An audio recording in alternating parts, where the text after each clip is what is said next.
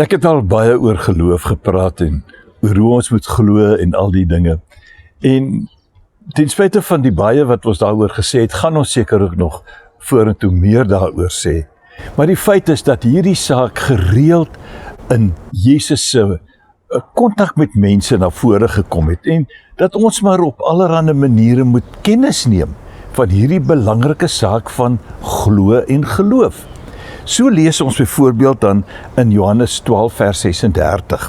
Terwyl julle die lig het, sê die Here, moet julle in die lig glo, sodat julle mense van die lig kan wees. Ons geloof moet iets van ons maak.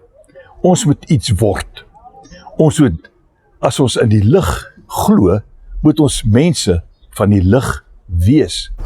Nou, die eerste lees van hierdie vers mag die getroue leser dalk laat voel, miskien moes die vertalers die woord lig met 'n hoofletter geskryf het, want waarskynlik verwys dit na Jesus, die lig vir die wêreld.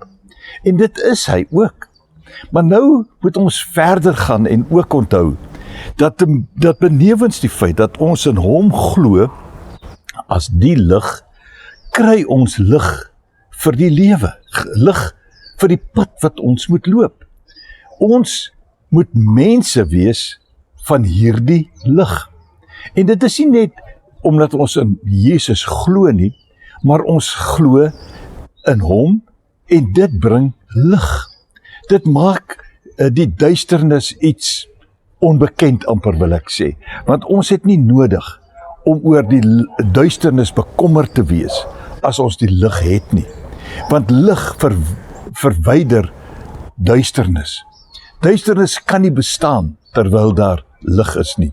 En die lig, glo ek waarna die Here hier verwys, is alles wat hy sê, alles wat hy van ons verwag, elke ding wat ons in die woord oor hom lees en ons ervaring en al die dinge is die lig.